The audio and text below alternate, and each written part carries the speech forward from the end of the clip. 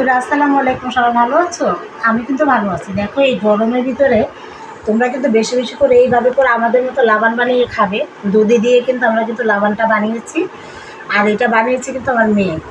তো যাই হোক, এখন গরমের ভিতরে এত প্রচণ্ড পরিমাণে গরম পড়েছে, দেখো রান্না করতে বসেছি, এখানে রান্নার জন্য তরকারি নিয়ে বসেছে। এখন মেয়ে দৌড়ে আসছে, বললো যে আম্মু লাবান বানিয়ে দিই, তুমি খাও, খেলে তোমার অনেক ভালো লাগবে।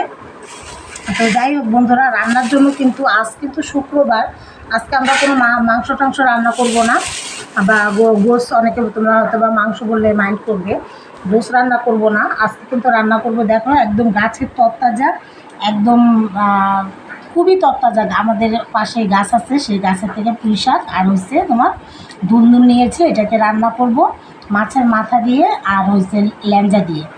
এটা খুব মজা লাগবে তরকারিটা যদি রান্না করি, গাছে টাটকা। আর আমার গাছে দেখো মাশাল্লাহ 2-3টা পেঁপে হয়েছে। এবার পেঁপে গাছ আমার নাই, ঝড়ে সব ভেঙে পড়ে গেছে। তো এই পেঁপেটা আমি আজকে পারতে বললাম বাবাকে, তো পেরে দিয়েছে। তো এখন আমি এটাকে কই মাছ দিয়ে রান্না করব, আর খেতে কিন্তু খুবই মজা হবে। দেখো টাটকা একদম গাছের পেঁপে। তো যাই হোক বন্ধুরা, আমি কিন্তু লাবানটা খেয়ে তোমাদের বলছি কেমন লাগছে। বিসমিল্লাহির রহমানির রহিম।